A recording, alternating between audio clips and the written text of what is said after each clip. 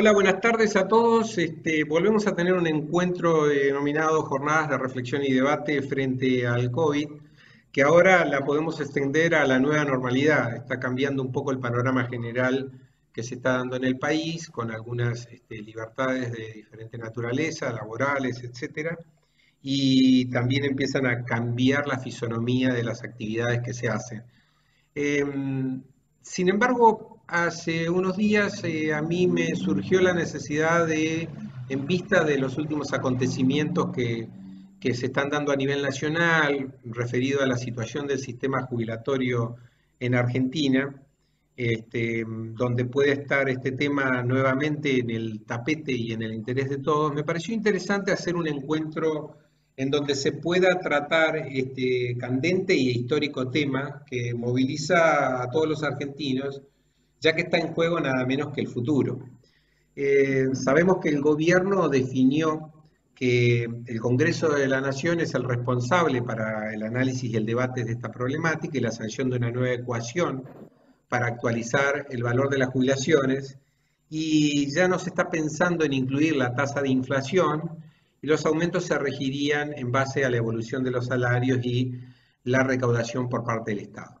Este es un nuevo esquema que plantea la actual gestión y se asegura que mejorará la situación de los jubilados, pero también desde otros ámbitos especialistas creen que se crea una fórmula para en definitiva pagar un poco menos de lo que se venía pagando en el sistema jubilatorio. Lo concreto es que nuevamente la sociedad puede confirmar y a la vez tomar conciencia que la situación jubilatoria en nuestro país es un laberinto, digamos, difícil de transitar y no se visualiza claramente la salida. Para ver, digamos, que existen modelos alternativos para proyectar un horizonte jubilatorio más previsible, quise invitar a conversar de estos temas a profesionales que están trabajando en compañías de primera línea que ayudarán a poner luz sobre estos temas diferentes y tratar de esclarecer dudas y plantear caminos nuevos que mucha gente conoce, pero otros no conocen tanto y que pueden ser opciones al actual régimen que existe, con beneficios impositivos y resguardo para proyectar un futuro que se puede gestar desde uno mismo, que es una realidad que es posible conseguir.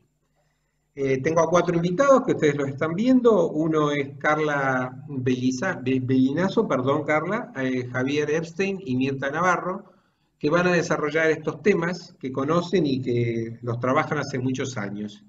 Primero quiero darle la palabra a Carla Bellinazo.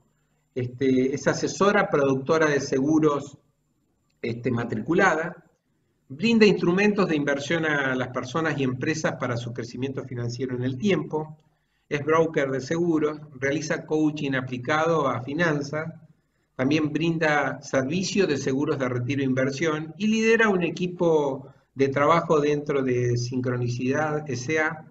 que trabaja y conoce profundamente estos temas. ¿Qué tal, Carla? ¿Cómo estás? Bienvenida. Este, me gustaría Hola ir, Pablo, ¿cómo estás? bien, me gustaría ir de lo general a lo particular para adentrarnos en este tema. Y bueno, vamos viendo si lo hacemos interactivo. Javier quiere meter bocado, Mirta también, y si no, después cada uno tiene algún cuestionamiento que les quiero hacer. En este sentido, considero un gran desafío, Carla, para todos el ordenamiento de las finanzas personales. Y a veces es oportuno en momentos como lo que estamos viviendo, volver a la fuente, empezar a decir, bueno, ¿qué hacer? Hacer un repaso básico, pero siempre efectivo, de cómo debemos organizarnos para optimizar nuestros ingresos y cómo distribuirlos para minimizar riesgos y proyectar el futuro. Contanos cómo podemos lograrlo y si hay algunas recetas básicas, sé que es difícil, pero ¿qué nos podés esclarecer en este sentido? Bueno, en primera instancia, a ver, cuando hablamos de dinero, me escucho con eco, pero no sé si soy yo o se me está escuchando bien, ¿eh? Estás perfecto, sin delay, Ah, te escucho perfecto. listo, perfecto, bien. A ver, cuando hablamos de finanzas personales, estamos hablando también de las emociones de las personas, por eso yo también decidí dedicarme al coaching financiero, porque a lo largo de los 15 años que yo estoy vinculada al mundo de la planificación financiera, a educar a las personas en cuanto a lo que son finanzas personales, bueno, el dinero la verdad que, digamos, es un activo que moviliza muchísimo las emociones de las personas y que van condicionando la calidad de vida, no solamente en el presente, también en el futuro. ¿Y por qué hago referencia en este sentido? Porque también es cierto que, sobre todo en Argentina, somos un perfil donde traemos muchísimas creencias, ¿sí? Que en realidad son creencias que funcionaban bien para nuestros padres, para nuestros abuelos, ¿sí? Y para gente todavía de mayor edad, pero que no estarían funcionando bien para las generaciones más contemporáneas. Y en este sentido, ¿qué quiero decir? Que cuando nosotros arrastramos creencias que generalmente las traemos de casa, ¿sí? Que nosotros observamos cómo nuestros padres, cómo nuestros abuelos administran ese dinero, y también vamos escuchando, ¿no? O sea, diferentes emociones, opiniones respecto a cómo administrar el dinero, respecto a qué se puede esperar de un país, a qué debemos estudiar, qué podemos esperar en este caso, por ejemplo, también de la jubilación. Entonces, cuando nosotros somos jóvenes, inconscientemente toda esa información le empezamos a incorporar, y cuando somos adultos y entramos en nuestra vida profesional activa, automáticamente empezamos a comportarnos con esos hábitos que traemos de nuestra casa, pero que en realidad no acompañan, digamos, lo necesario en función a la circunstancia presente. ¿Qué quiero decir con esto?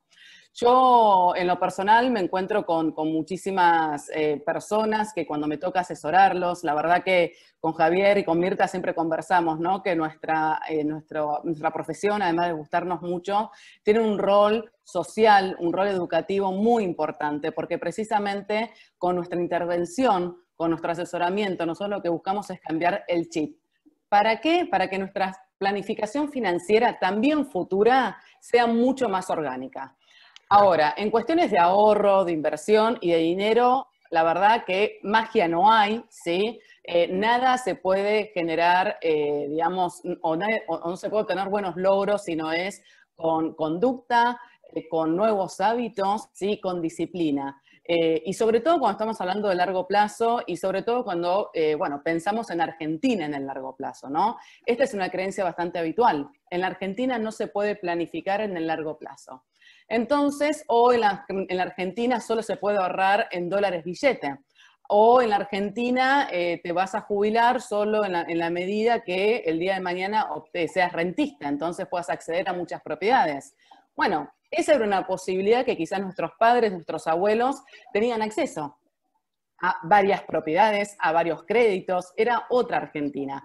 La realidad es que hoy ya, sobre todo las generaciones de las personas de 20 años, incluso hasta los 50, todavía están tratando de acceder a su propia vivienda, ¿sí? Y muchas veces, o la gran mayoría, hipotecados durante 20, 30 años, o sea, esto es lo habitual.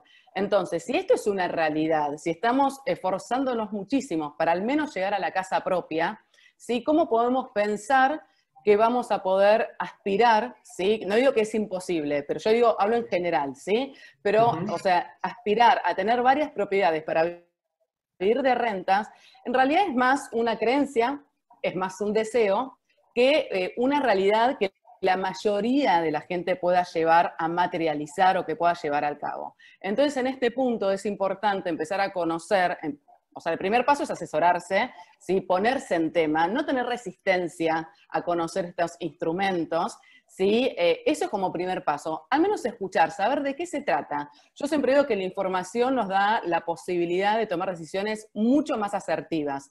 Después veremos qué decisión tomamos, con qué compañía, cómo, cuándo y cuánto. Porque como yo siempre hago referencia a mis clientes, ¿no? Lo importante, sobre todo cuando pensamos en el largo plazo, lo más importante es que el objetivo, en este caso, por ejemplo, podemos poner como objetivo tener un retiro, ¿sí? Una edad, digamos, de empezar a trabajar diferente, como hablamos hace un ratito en privado, ¿no? Hoy, si bien, bueno, a los 60 y 65 años para los hombres, estás como habilitado con semáforo verde para tramitar tu jubilación, no necesariamente uno se siente un jubilado, no necesariamente uno quiere dejar de trabajar. En todo caso, lo que hacemos es decidir cómo queremos trabajar. sin duda a los 65, 70 años uno también va a seleccionar empezar a disfrutar, digamos, de todo aquello que fue sembrando y construyendo en toda nuestra etapa más forzosa de trabajo, ¿no? Donde uno realmente trabaja muchas horas por día, le pone mucho tiempo, mucha cabeza, mucho cuerpo. Bueno, la realidad es que llega un momento que uno quiere empezar a disfrutar de todo eso. Ahora, ¿todo eso se va a poder hacer? Por supuesto, en la medida que miremos nuestras finanzas personales y en ese momento esas finanzas nos digan, ok, tenés en mano fe verde para tener libertad financiera, independencia financiera, no depender del Estado y poder empezar a disfrutar la vida desde un lugar diferente y empezar a trabajar desde un lugar diferente, porque una cosa es trabajar por necesidad, otra cosa es trabajar por elección. Son dos acciones totalmente diferentes. Generalmente el profesional independiente va a trabajar toda su vida, pero porque le apasiona lo que hace. Me encanta cómo lo Ahora, estás qué planteando, Carla. insatisfactorio se siente. Es que en realidad, a ver, yo vengo de una familia que somos todos profesionales independientes y mis padres con 77 años, o sea, siguen en actividad laboral y esto es una realidad. A ver, y lo siguen haciendo porque en realidad si bien han construido mucho, también han perdido mucho, porque la Argentina se presenta como un desafío permanente y aún cuando hacemos las cosas bien y queremos ser previsores, ¿sí? Bueno, te pasan cosas en la vida que te obligan a cambiar dar el volantazo, cambiar de opiniones y demás, ¿sí? O cambiar la estrategia financiera. Ahora bien, mientras uno está en una etapa profesional activa, lo que tiene que hacer es precisamente ensanchar esa espalda financiera para cuando aparezca una situación inesperada, una circunstancia que no está bajo nuestro control, bueno, tengamos la suficiente espalda financiera para abordar esa circunstancia. La cuarentena, la pandemia, o sea, es un ejemplo clarificador que puso sobre la mesa que lo mal que nos manejamos en nuestras finanzas personales. Personas que tenían expectativas financieras altísimas, una calidad y un flujo de ingresos altísimo, se dieron cuenta que no tenían reservas financieras para poder sostenerse en no más de 3 meses. Está Bueno, clarísimo. y la realidad ya la conocemos. Entonces, en este sentido, independientemente del retiro, tiene que ver con un comportamiento en nuestros hábitos, en nuestras finanzas personales. Y la jubilación privada y ocuparnos y responsabilizarnos en este sentido de la jubilación privada no es una excepción. Yo siempre hago la analogía de que así como muchas personas se eligen, ¿sí? La salud privada, ¿sí? A través de una prepaga, o la educación privada a través de un colegio privado, porque por ahí el servicio que le presta el Estado le es insuficiente o no satisface sus necesidades o sus expectativas, ¿qué nos hace pensar que con la jubilación, o sea, es diferente? La diferencia es que lo vemos lejano. Entonces, Claro. como lo vemos lejano, no nos ocupamos. Pero bueno, No lo acá mi colega ponemos. Javier, que él es un especialista en el área también de finanzas, No, perdón que te intervenga. No lo ponemos decime, en la Pablo. mesa de análisis hasta que nos llega más cercana la posibilidad de plantearlo y decimos, ups, ¿cuánto tiempo perdí en no ser digamos, alguien previsor, en poder ir dimensionando esa posibilidad de separación de nuestros ingresos para garantizar el día de mañana esto que nos está planteando, que es una filosofía de vida que hay que empezar a construirla mucho tiempo antes? ¿Es correcto lo que está planteando? Exactamente, es construir futuro. El futuro Ujú, llega siempre. Aunque ujú. sea lejos, el futuro es mañana, mañana mismo, mañana día jueves. Entonces, el futuro llega siempre. A ver, en nuestra experiencia es lo que decís vos, Pablo, es muy usual que nosotros nos encontremos con personas de 50, 55 años que claro, ahí es donde se empieza a prender el semáforo amarillo y rojo, decir, me tengo que ocupar de mi jubilación, donde empiezan a sacar cuentas y se dan cuenta que no se pueden No jubilar, se ¿sí? alcanza. Porque no les alcanza, porque no saben cómo van a vivir. Claro. Yo que trabajo también a nivel corporativo y que trabajo con empresas, incluso empresas multinacionales, ¿sí? Tienen un problema con y sobre todo las pymes, que en la Argentina la pyme familiar, bueno, sabemos que es lo que mueve la economía del país, la fortalece y cómo tracciona hacia adelante. Sin embargo, ¿sí? Son pymes que facturan muchísimo y que se siguen manejando domésticamente en muchos sentidos, sobre todo el punto financiero. Entonces después se encuentran con que tienen personas de 65 años que ya están en etapa jubilatoria y te dicen, no la puedo jubilar porque no les alcanza la jubilación. Claro. Entonces no se jubilan y la tienen con 70 años, a veces más también, trabajando. No digo que estén trabajando mal ni que esté mal, porque esa persona posiblemente también se quiere jubilar. El tema es que no puede. Sí, sí, está Y te clarísimo el agrego problema. más. O sea, que esto es bastante habitual y no un juicio de valor. Simplemente digo que sucede y es una realidad. No solamente sobre todo las personas que trabajan en relación de dependencia tienen una tasa de sustitución, ¿sí?, del 40% de sus ingresos, sino que además no son conscientes o no toman conciencia que en realidad cuando llega la etapa de la jubilación, ¿por qué se preocupan? Porque en muchos casos, por no decir la gran mayoría, se dan cuenta que en realidad cobraron una parte en blanco y otra no, y que su jubilación se está sosteniendo sobre la parte declarada. Entonces ahí tenés un doble impacto, no solamente la jubilación es insuficiente por la falta de recursos que hay en la ANSES, sino que además, bueno, digamos, se encuentran en una situación declaratoria bueno, que está por debajo de la expectativa. Bueno, de todo esto, generalmente uno se empieza a ocupar a los 55 años, si no es a los 60.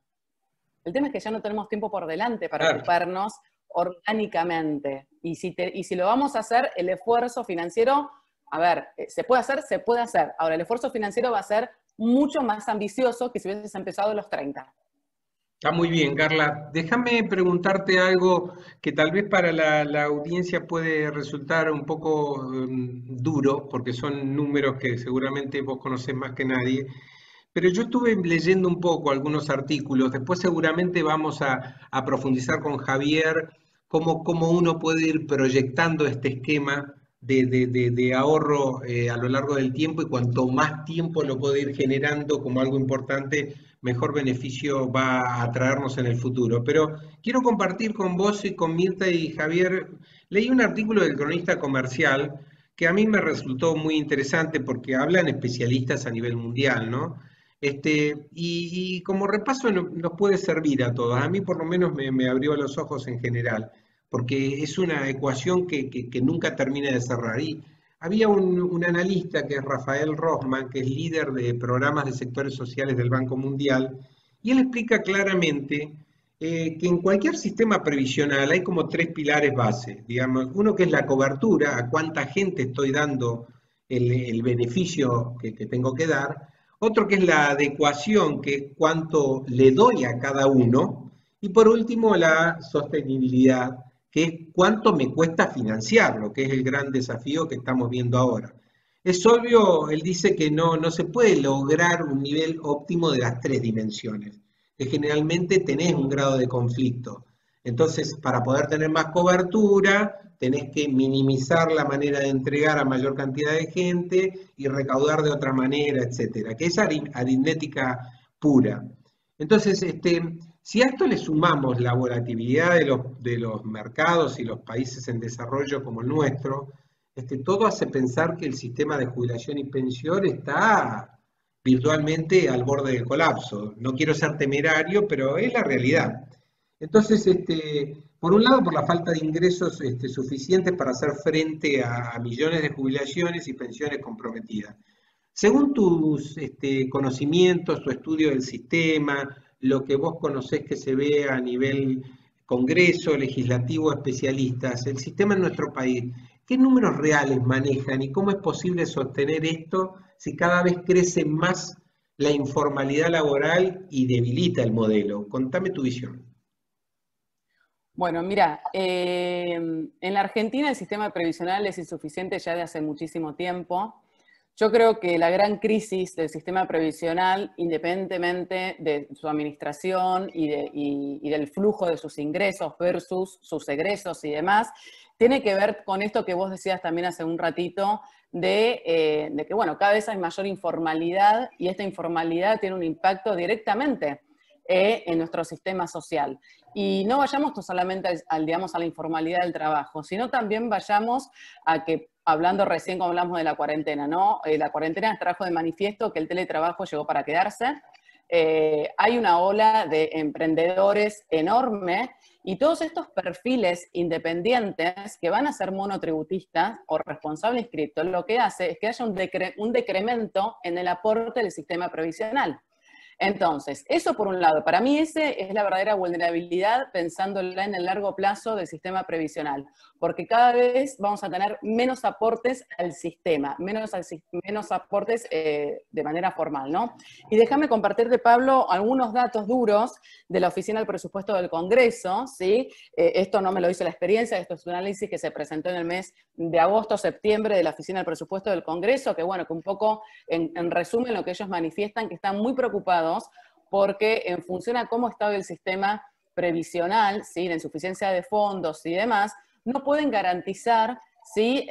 Digamos, las jubilaciones de las generaciones que tenemos entre 40 y 50 años. Sí, el derecho a jubilarse, como hablábamos en privado hace un rato, ¿no? El derecho a jubilarnos no lo vamos a perder nunca. Lo que no nos puede garantizar la ANSES es con cuánto nos vamos a jubilar. Y acá es donde entra, no solamente en la Argentina, sino también digamos, a nivel mundial, la importancia de la autogestión, digamos, o del seguro de retiro privado como complemento a lo que vamos a percibir por parte del Estado como jubilación. Y para que tengas una idea, hoy en la ANSES hay 9 millones de jubilados, entre jubilados y pensionados. El 59% de estos 9 millones accedió a este beneficio gracias a una moratoria. Eso ya te habla del déficit que hay, digamos, en cuanto al ingreso efectivo aportado versus lo que se está sosteniendo, digamos, en el presente. La tasa de sustitución hoy en la Argentina es del 40%, por ejemplo, para el caso de las personas que trabajan en relación de dependencia. ¿Esto qué significa? Que desde el momento que vos pasás a tu etapa pasiva, ¿sí? De un mes al otro, tienes un gap en tus ingresos del 60%. Entonces, ese 60% lo tenemos que cubrir nosotros de manera privada. Y excluyendo los regímenes especiales, el 86% de los beneficios son iguales o menores a 2 jubilaciones mínimas, ¿sí? Y hay un dato que se sigue actualizando y yo creo que ahora habría que ver la actualización. Para mí, digamos, el reemplazo sigue siendo menor por el incremento en la pobreza a raíz de la cuarentena, es que en general, para que un sistema previsional sea orgánico, ¿sí? es necesario que haya 4 activos por cada pasivo. ¿Sí? O sea, 4 personas trabajando sosteniendo a un pasivo. Sobre todo en nuestro sistema, que es un sistema de reparto solidario e intergeneracional.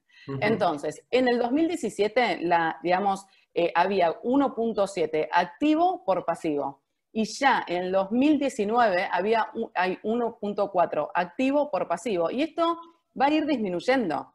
Panorama Entonces, tétrico.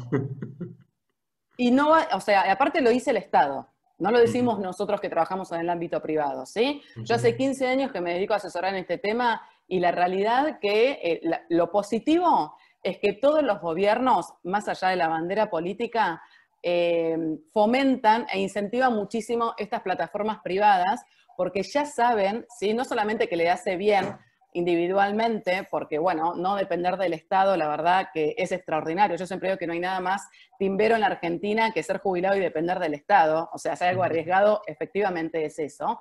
Entonces, si uno quiere que la etapa del retiro sea tan gratificante como nuestra profesión, entonces debemos responsabilizarnos de manera privada. Y cuanto antes empecemos, mejor. La recomendación es que desde que empezamos nuestra etapa profesional destinemos al menos un 10% de nuestros ingresos. Ese es un buen dato, Carla. Ese es un buen dato que lo comentes para ir profundizando ya algunos conceptos. Sí, Bien. Se recomienda un 10% aproximadamente y si empezamos antes, nos damos cuenta que incluso puede ser menos, porque esto lo va a explicar muy bien Javier, pero el largo plazo, ¿sí? Lo que tiene es que nosotros tenemos que utilizar el tiempo en cuanto a inversión y a capitalización, ¿sí? A nuestro favor. Y tenemos que entender que estas plataformas de inversión tienen una distinción respecto a lo que es un sistema de aporte versus una cuenta de capitalización de ahorro para este objetivo.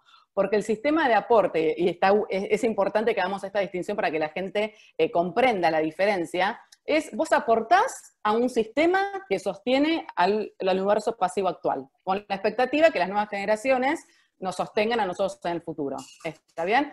Ahora, no es que estás capitalizando ni estás ahorrando, estás aportando a un sistema. Claro. No importa lo que aportes, te vas a jubilar con lo mismo, ¿sí? Ahora, cuando uno lo maneja de manera privada y lo autogestiona, lo que estás lo que estás haciendo es capitalizar ese ahorro que vos destinás a este objetivo.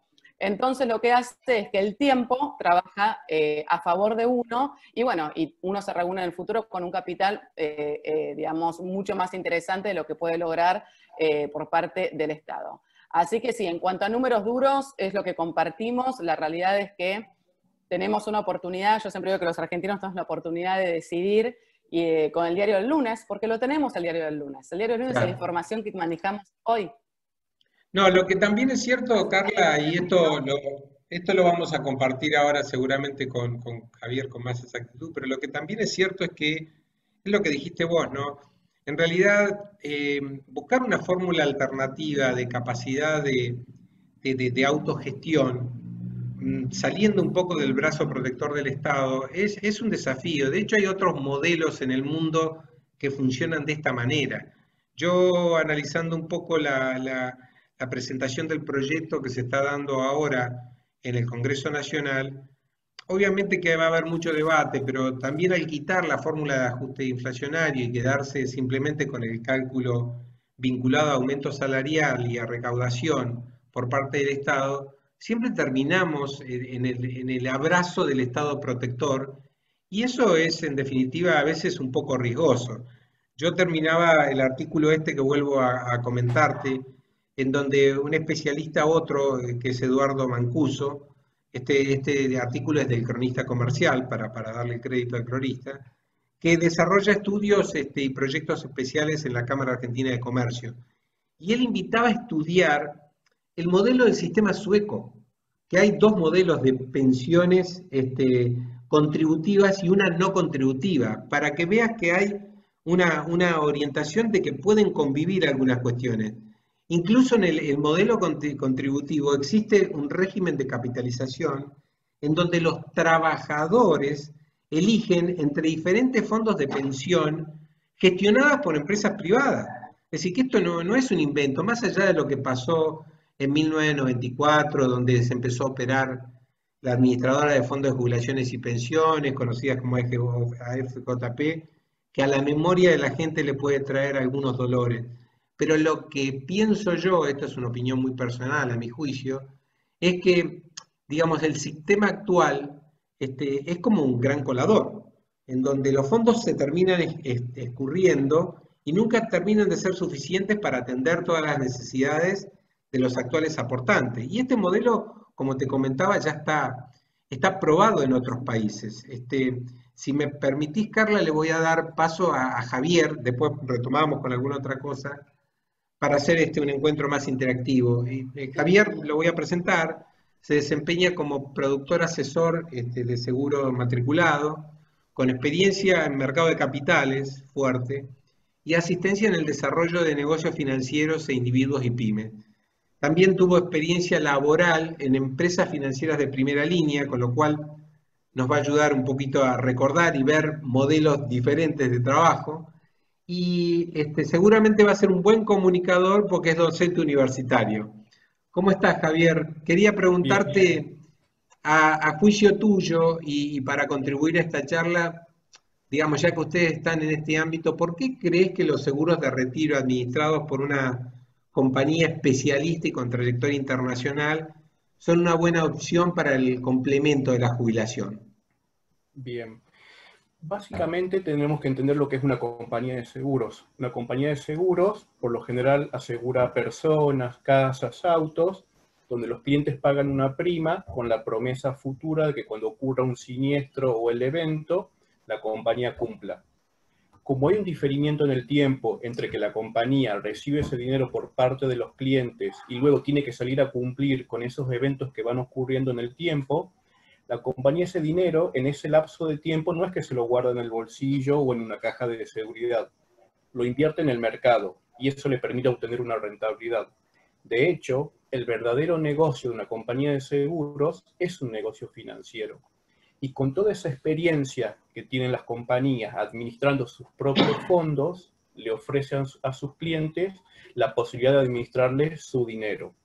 Entonces, ¿cuál es la idea? Que una persona, de manera individual, tenga su cuenta, a esa cuenta la va a ir fondeando a través del tiempo, de manera sistemática, y eso le va a permitir constituir un capital. Básicamente, una compañía lo que hace con ese dinero es conformar un fondo común de inversión, que dentro de esos fondos de común de inversión hay activos que podrían ser, por ejemplo, acciones, CDRs, podría haber otro fondo de bonos o otros instrumentos de money market, que son instrumentos a más corto plazo. Entonces, todos los meses, de manera sistemática, un cliente, nosotros siempre sugerimos que aporte o el 10% de los ingresos, o también otra variable podría ser entre un 30 y un 40% como máximo de su capacidad de ahorro mensual. ¿Para qué? Para que lo pueda sostener en el tiempo. Entonces, esta persona va a tener un instrumento que le va a permitir de manera consistente en el tiempo constituir ese capital, por ejemplo, para el momento de su retiro. Y va a haber otra parte de su capacidad de ahorro, ese 60-70%, que lo va a utilizar para las cosas que, digamos, que le gusta hacer en el corto plazo. Salir a comer afuera, pagar la membresía de su club, irse de vacaciones, cambiar el auto.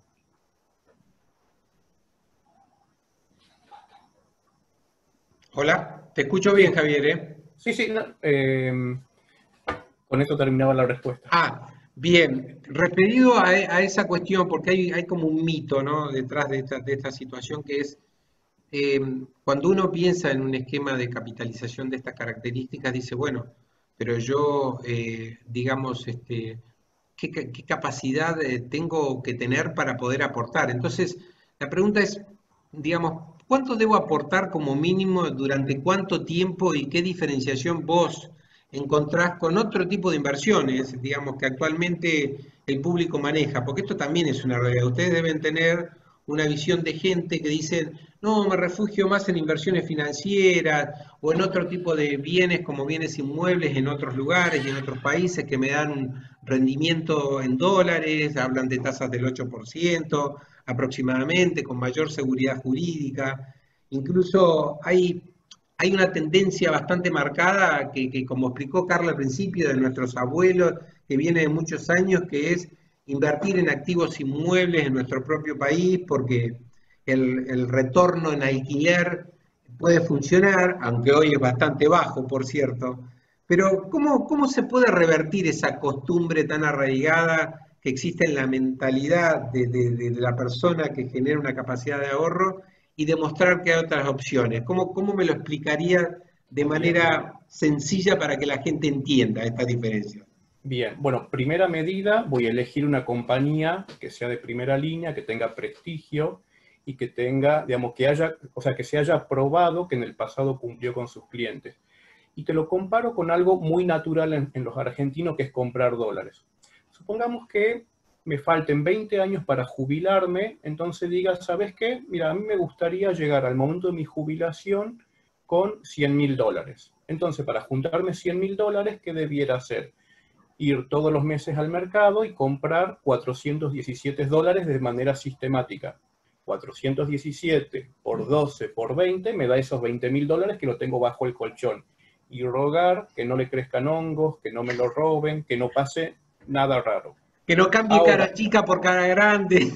por ejemplo, ahora, si yo tuviera algún instrumento financiero, como esto que estamos hablando, los seguros de retiro, donde tenga una tasa bastante moderada, de un 6% anual, haciendo el aporte al equivalente a $220, llego al mismo objetivo. Fíjate que usando un instrumento financiero tengo que hacer casi la mitad del esfuerzo que si no lo utilizaría. Y después, con respecto a las inversiones inmobiliarias, obviamente es un clásico argentino. A mí me pasa muchas veces que me junto con clientes que me dicen, no, mira, a mí me gusta de a poquito ir comprándome departamentos, entonces ya tengo 3 departamentos para armarme mi jubilación el día del mañana. Entonces ahí lo que les propongo es, mira, te propongo que en vez de pensar en el cuarto departamento, te diversifiques y tengas una opción líquida para que el día del mañana, por cualquier problema, a ver, suponete que hoy tenés la necesidad de salir a vender un departamento. ¿Cuánto tenés que bajar el precio para poder hacerte líquido? Y por otro lado, a ver, uno por ahí, el que no, o sea, el que no está muy en el tema, tiene que entender que para que te sea negocio el alquiler de departamentos, tenés que conseguir buenos inquilinos, que te cuiden el departamento, que te paguen en término y que lo tengas alquilado siempre. Y considerar, obviamente, los impuestos asociados a estos activos que hay que pagar. Ni hablar si el activo está en el exterior, o sea, donde también tenés que pagar impuestos a las ganancias, bienes personales, y vaya a saber otros impuestos que pueden ir surgiendo también.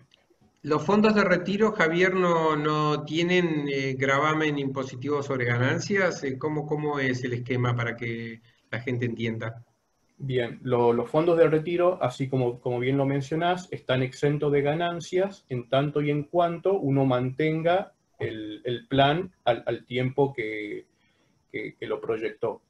De hecho, no pagan renta financiera, no pagan bienes personales y por el contrario, tienen un beneficio impositivo de que podés desgravar, por ejemplo, por el periodo fiscal 2020 hasta 18.000 pesos del pago de primas. En el periodo fiscal 2021 vas a poder desgravar hasta 24.000 y a partir del 2022, bueno, el monto ese va a ir ajustando por un índice de variación salarial. Y algo muy importante para las empresas, para las pymes, que sean tomadores de esta cuenta, pueden desgravar el 100% de las primas pagadas. Mirá qué interesante. Es decir, que si una pyme decide, por ejemplo, tener una gestión de recursos humanos para parte de su plantel gerencial y ayudarlos a financiar una inversión de este tipo, lo pueden descontar. Mirá que ese dato Exactamente. no lo tenía. Generalmente trabajamos mucho con empleados claves de las organizaciones, que sirve como elemento de retención, o también para los socios como, digamos, como parte de su, o sea, para de alguna manera diversificarse de ese riesgo. Porque vos pensás que la vida de esas personas está dentro de las empresas. Claro. Está todo muy lindo en tanto y en cuanto todo funcione bien. Pero bueno, sabemos que la actividad económica está sujeta a vaivenes Sí. y digamos, sería injusto que una persona, después de muchos años de trabajo, de dejar la vida en su proyecto personal, por algún capricho del mercado, esto, digamos, se viene a pique digamos, y el bienestar económico que pensó esa persona desaparece. Es una manera de fidelizar y hasta te diría de entregar una especie de bonus a trabajadores clave. Me parece que es un dato para tener en cuenta. Y si no te hago esta pregunta me matan, que es yo si imagino el día de mañana un sistema de ahorro de estas características, ¿en algún momento tengo la capacidad de hacer algún retiro anticipado? Ejemplo, yo tengo temores de mi vida para llegar durante tantos años que vine generando 10 años de ahorro y tengo los 40 y me quiero dar un pequeño gusto y utilizar esos recursos que fui capitalizando. ¿Lo puedo hacer? Este tipo de instrumentos son instrumentos que uno va construyendo capital a lo largo del tiempo y a medida que va pasando el tiempo va ganando en liquidez. ¿Por qué es importante la liquidez? Para justamente aprovechar las oportunidades que vayan surgiendo a lo largo de nuestra vida. Sin embargo, lo que nosotros siempre recomendamos es, o sea, que lo dejes madurar, que dejes madurar tu cuenta. O sea, necesitas la plata, la tenés a disposición.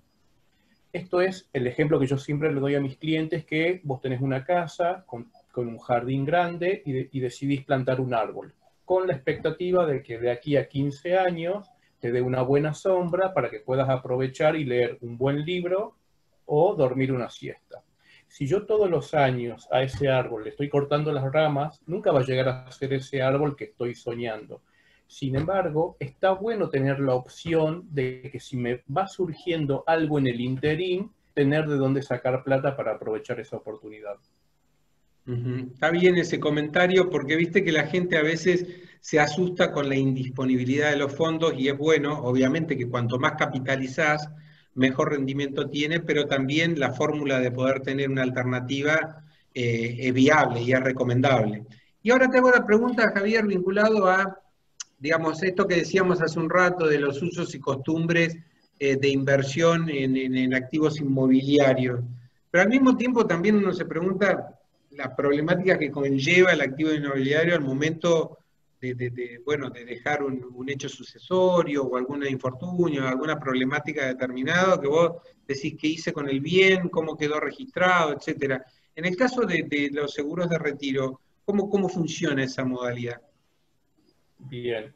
Uno al momento de contratar lo que hace es designar un beneficiario en la cuenta, que eso lo puede cambiar a lo largo del tiempo, y si Dios no lo permita, esa persona en el interín que está construyendo ese capital le pasara algo, automáticamente esos fondos, más $5.000, van a quien esa persona designó como beneficiario, o sea, en 15, 30 días, esa persona está recibiendo los fondos, sin trámites de sucesión, ni todo eso engorroso que conllevan cuando fallece una persona.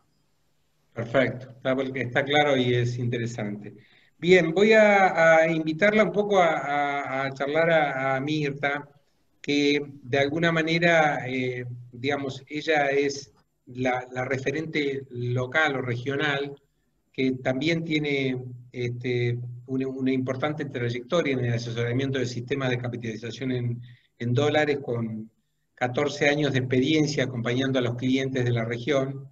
Es team leader de Sincronicidad S.A., que es una empresa, como hablamos hoy, que brinda servicios y trabaja con Zurich, una de las compañías líderes en este segmento. Mirta, te doy la bienvenida y me gustaría consultarte si el público en general acepta estas propuestas en nuestra región y cuál es el área de influencia de ustedes. Y a ver, si tenés para darnos y conocer una especie de perfil del público actual que decide este tipo de inversión a largo plazo. Bueno, mira, en primer lugar, respecto a cómo lo recibe la gente en nuestra región, obviamente siempre decimos que hay que como hacer escuela con esto porque hay muchísima gente que no conoce nuestros productos, que no sabe de estas herramientas.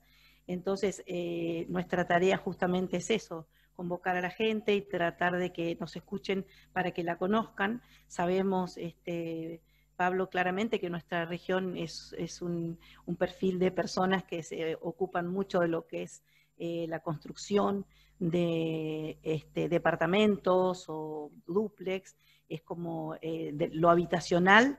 Construir en ese sector es algo que llama mucho la atención y que está muy arraigado a viejas estructuras, obviamente, ¿no?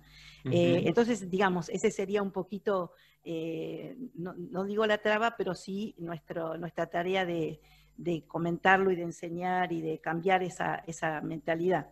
Respecto a lo que me preguntás del perfil, si hay un perfil, siempre nos tiramos un poco, digamos, nos corremos hacia el lado de los profesionales. De hecho, en estos 14 años que tengo de trabajo en nuestra región, digamos, hay un porcentaje altísimo entre mis clientes que son profesionales de distintas áreas. Pero mi idea, o sea, mi forma personal de trabajar es con todos los sectores. O sea, yo... dicho esto, me gustaría contarte que en nuestra ciudad y en toda la provincia, digamos, hay clientes que van desde, no sé, mecánicos, que son mis clientes, no sé, peluqueros, hasta en este momento hay algunos jueces de la provincia y algunos federales entre nuestros clientes, ¿no?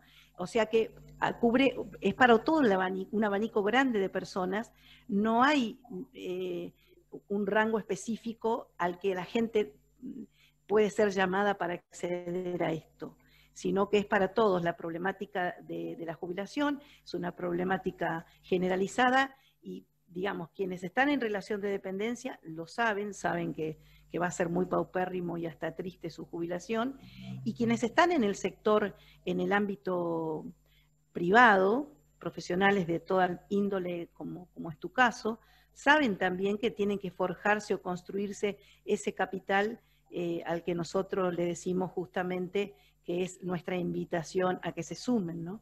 Construir su propio capital y asegurarse de esa forma tranquilidad y saber que van a poder tener un futuro donde sean independientes, pero con felicidad, con alegría, ¿no? Llegar a una época en la que supuestamente es para el goce y que la gente esté contando sus monedas, ¿no? Que hoy por hoy quienes tienen sus padres vivos lo pueden vivir y lo pueden ver, porque es muy triste ver lo que sucede, ¿no? Son muy pocos las personas, o sea, a veces tengo clientes que me dicen, por suerte mi madre y mi padre están vivos los dos, entonces se ayudan unos con otros, se asuman esas jubilaciones para poder tener medianamente una tranquilidad. A mí me parece que, interesante, Mirta, discúlpame que te freno, que sí. aclares ese perfil de público. Digo porque hay como un mito respecto a que estos instrumentos de capitalización y ahorro no son para todo el mundo. Y ahora que me estás contando una realidad, un perfil de público en donde vos tenés estilistas o peluqueros como Sí. maestras o docentes que pueden llegar a acceder independientemente de los niveles empresariales o profesionales, que se empiezan a sentir seguros teniendo la elección de sistemas de esta característica, quita un poco los temores. Y es bueno por lo menos esclarecerlo, que vos decís que en tu historia no es que, digamos, tenés sistemas de profesionales con un altísimo nivel de ingresos que no pueden nunca tener una oportunidad de capitalizar sus ahorros hacia el futuro. A mí me parece bueno que lo comentes, está perfecto. Y el otro tema que te quería contar, en función, y ahora sí, una especie de mensaje parroquial y hasta publicitario, la última reunión que tuvimos, la tuvimos en un nuevo ámbito físico que ustedes tienen desde Sincronicidad, que sé que te costó mucho esfuerzo poder ponerlo en marcha y hacer un lanzamiento de esas características, y que, bueno, al público que va a entrar al canal de YouTube cuando vea esta charla, sepa que, como dijo Carla, a pesar de la virtualidad que hoy se vive y que ustedes seguramente adaptaron sus esquemas de trabajo a trabajar vía online, con recursos y entrevistas, también hay un ámbito físico que pueden trabajar y poder participar con los clientes actuales o potenciales. Contanos qué armaron, cómo es ese nuevo ámbito que están teniendo. Bueno, este es ha sido un año totalmente atípico para todos y en el que tuvimos que cada uno desde su lugar reinventarse totalmente y adaptarse a nuevas tendencias de forma de trabajar. Carla hace un rato lo mencionó, a esto de que hay que trabajar de otra forma y que esto no va a cambiar, que va a seguir en aumento. Entonces, bueno, en ese transitar, conocimos la posibilidad de trabajar en un coworking, era la primera vez que lo hacíamos, antes teníamos oficinas normales, por así decirlo, y nos pareció como muy innovador aprovechar esa posibilidad y trabajar en un ámbito donde hay mucha gente joven, con